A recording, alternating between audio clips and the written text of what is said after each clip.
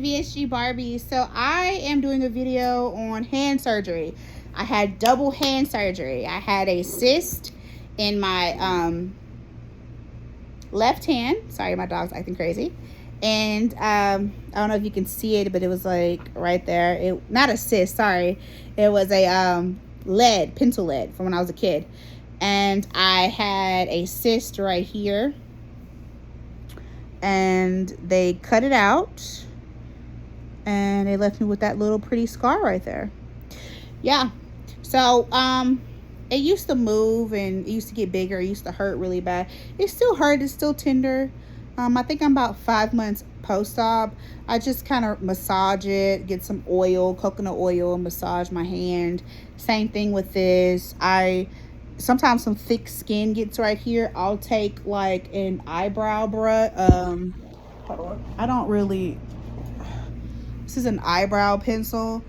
Not pencil, shaver thing. I might put a little alcohol on this, soak it in some hot water or something, and just shave a little bit of that off.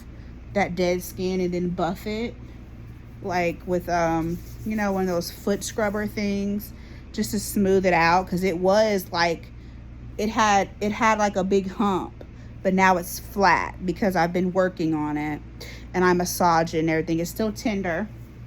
So those are things that I do for my hands.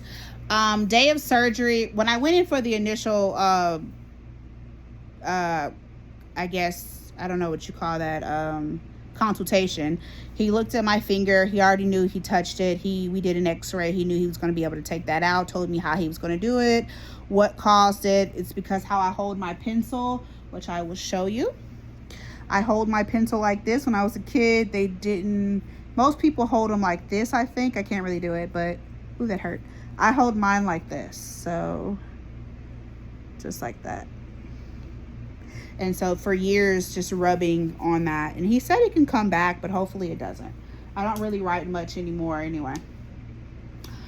So he showed me how he was going to take it out, where he was going to cut down the middle, and he opens it up, takes it out from the root, burns it, I guess, whatever he does, sews it back up beautifully. I wish I would have been able to show you guys when it had stitches and everything. It wasn't the cutest thing in the world. This thing was actually for my neck. Sorry, it's super dirty. Needs to go in the washer. But it was for my neck. You just put it behind your neck during surgery. I asked to keep it. I kept it for my hands. How I kept my hand up like this, so I wouldn't roll on my hands. I was not able to wipe. I was not able to take a shower. I had to have help. Had to wrap my hands in Walmart bags, put tape on the side, on the ends, rubber bands, and get in the shower and hold myself up while my fiance gives me a shower when he bath when he gets out of, you know, work or whatever. So I would get a shower every night. Yeah, so for the first 3-4 days, I could not get my hands wet at all because it would set an infection in there. And my doctor was very worried about me getting my hands wet. But I assured him that I had help. So I'm just blessed to have help. I had to get help feeding myself. I could not even simply hold the remote. Thank God Netflix plays over and over again, and when it didn't, we switched to Hulu. Hulu plays, Tubi plays over and over again, and I was asleep mostly anyway. This surgery didn't affect any type of stomach issues, so I did eat. I just, you know, ate slow. I ate healthy. I didn't eat any greasy, crazy foods because remember, it was already hard for me to wipe, so try doing the number when nobody's around. How are you gonna wipe yourself? So one day I actually had to wipe myself. It wasn't the number, but it was the number 1, and I had to just wrap my hands up and put the tissue on the tip of my hands and wipe, and I did good. I did really good.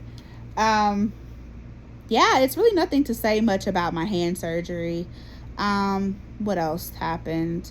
I did my 2-week post-op appointment, And he looked at my fingers and he said they healed beautifully, which he already seen my gallbladder marks, and he said those healed beautifully because I was a month out when I decided to get this taken care of and done. And he was just in awe because I was walking around feeling great, stomach had healed beautifully, so he knew that I was going to be a good candidate for this surgery without having any complications.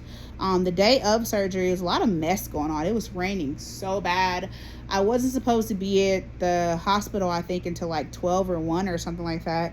And they ended up calling me at 8 o'clock in the morning. My phone is always on Do Not Disturb. I don't know how it rang or how I figured out they called me, but I did. And I ended up having to get in the car and rush to the hospital.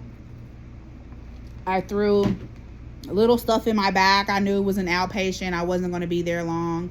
I threw changing clothes, loose fitting clothes. Wish I would have grabbed a poncho and an umbrella, but you know, hey. House shoes, compression. No, I didn't. Not compression socks. Just socks. Period. They gave me all that stuff there. They had to end up putting an IV in my foot because they couldn't put the IV in my hand or my arm because they're doing surgery on that area. So he said I had 2 places to put it in, neck or foot. I chose my foot, which was the weirdest thing ever, but it was interesting. Had to hop to the bathroom because they had me on so much fluid. I was hungry. Oh my God, I was so hungry. I was supposed to have surgery. I ended up waiting there in the OR, not the OR, but the waiting room,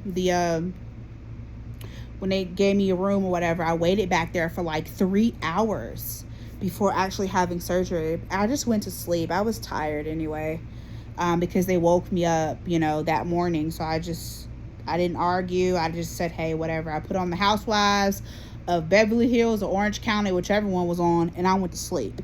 And by the time I woke up, it was time to go back. He marked me up, went to the back. Everybody was talking. It was so funny because it was a lot of nurses back there who had similar issues. Not the cysts, but they did have lead in their hand. Like one lady said, her brother stabbed her with a pencil. Somebody else said they accidentally got stabbed with a pencil at school when they were a kid 47 years ago, and the lead is still in their hand. But mine was itching and causing problems, so I just wanted to get it out. Plus, why not get it out if I'm getting this out? I might as well do both. So if you have any questions for me, you can definitely ask. I really don't have much to say on a hand surgery. My hands were extremely swollen. They hurt bad. He gave me promethazine pills and I think oxys or hydros, I'm not sure. They gave me antibiotics and stuff in the hospital. So in my IV, I believe it was in my IV, and blood clot medicine. So I didn't get any of that going home. But I was extremely, extremely uncomfortable. I was in so much pain. I think that surgery was one of the worst because I couldn't close my hand. It was bad. It was bad. It was really, really bad. But yeah, if you are having hand surgery and you have any questions, just let me know. The scars don't bother me.